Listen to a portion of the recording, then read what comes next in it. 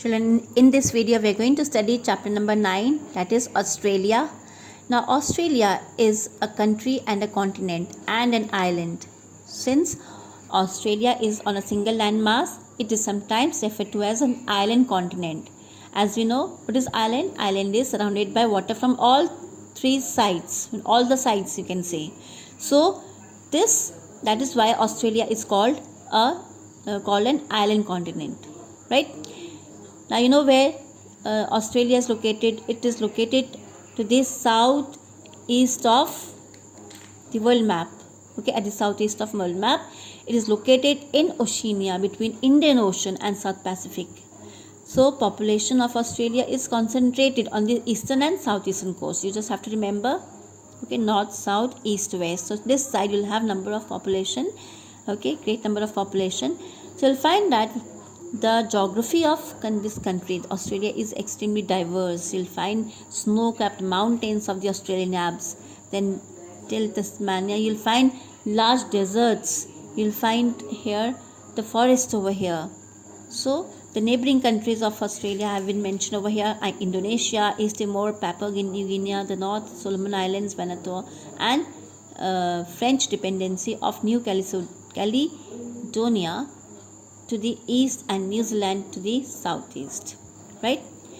Now, when you talk about location and area, you'll find that Australia is the smallest continent and it is the sixth largest country in the world. So it is also officially called Commonwealth of Australia. And you can say that it is located in a region called Australasia. When we talk about Australasia, you'll find all these places there. Now, Australasia is Australia, New Zealand, Papua New Guinea, and nearby islands. They are collectively all together known as Australasia, right? So, this continent, Australia, is entirely towards the southern hemisphere. And you'll find that as it is in southern hemisphere, the seasons of Australia are totally opposite to what is experienced in the northern hemisphere. So if we have winters, they have summers. If they have summers, we have winters, right?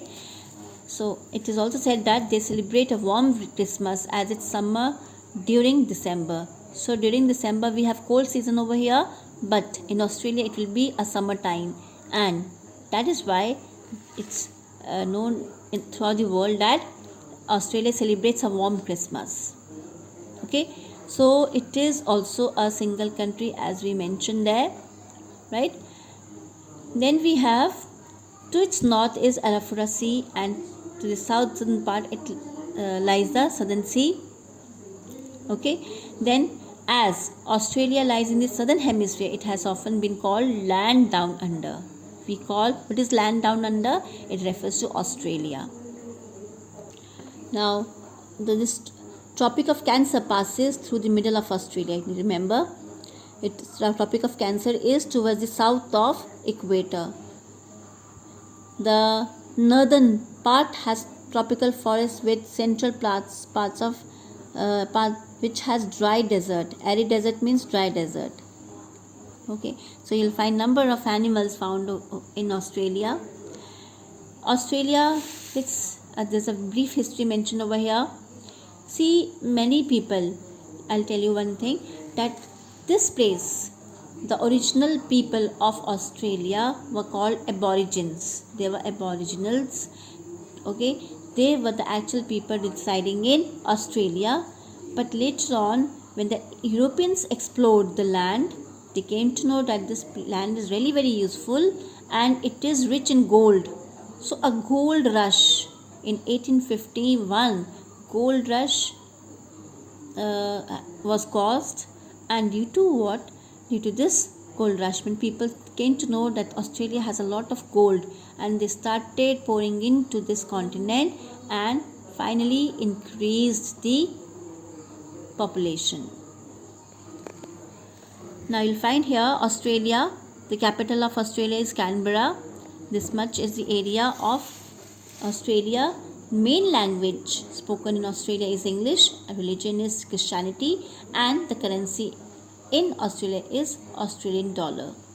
And you can just note down the latitudinal is the horizontal line which is parallel to the equator. That is 10 degrees south to 4 degrees south, and longitudinal extent is 114 degree east to 154 degree east. Please note it down. Next, we were learning about the brief history. So, as I told you, the Europeans came, they explored the land, and they tried to settle over here, and they did. Over here, with their coming, with their arrival, there was a lot of development. Okay, the British colonies were set up, there were trade unions, educational institutions, factories were there, and the head of the country was called Queen of England. And this happened in 1901, when after much struggle Australia gained dominant status. That means that the country was free but still was very close to Britain. Not only this, later on many people all over the world, like from Europe, Great Britain, Greece, Italy, they came in Australia in 1950s and 1960s. And today you can see the actual people, the actual original inhabitants of Australia, they comprise only 4% of the population. Rest all population is from different parts of the world.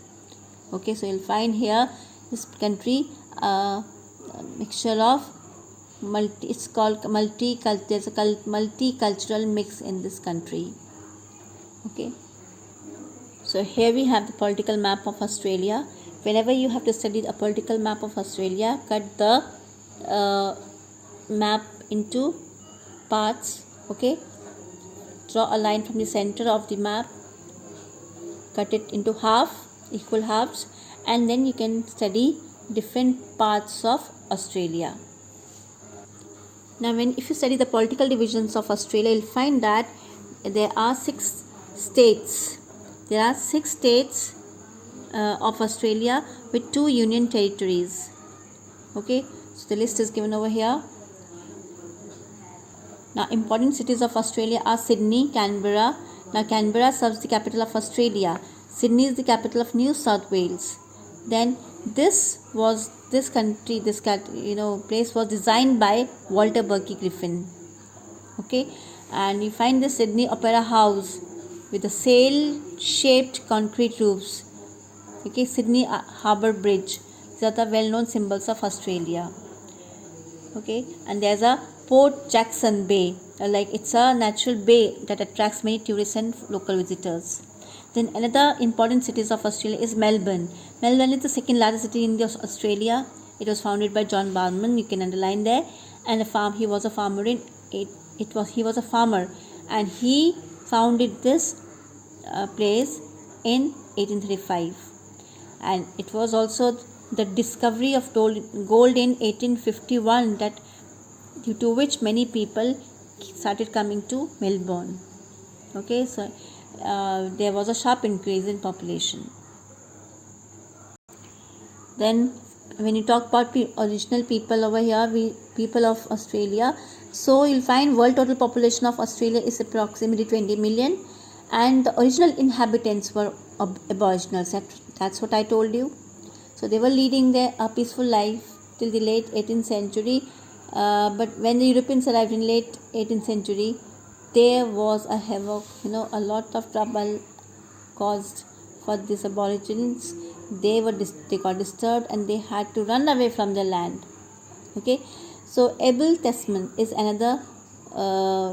He was a Dutchman, belonged to Netherlands, who sailed around Australia without seeing its shore, and he landed on a nearby island named it Van Diemen's Land. And later on this place was named as Tasmania. Then in 1970, and Captain James Cook, you must have heard of him, a British explorer sailed into an Australian inlet, and then seeing the variety of flowers and the animals there, he named this land as Botany Bay. Right? Then you can see Australia has if you explore the interiors, you'll find that the interiors are quite dry. Okay, and therefore there is quite less population in the interiors of Australia, right? But in the eastern and the southeastern part, there's a lot of population.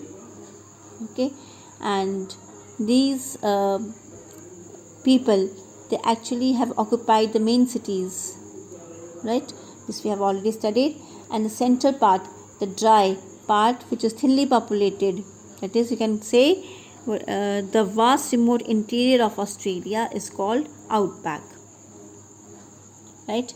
Here you can see number of cities which are overpopulated, and the central part is not populated because of low and erratic rainfall. Erratic rainfall is a rainfall which is not regular, okay, which comes in short time, okay, and this led to the interiors having sparse population. Sparse population means less population.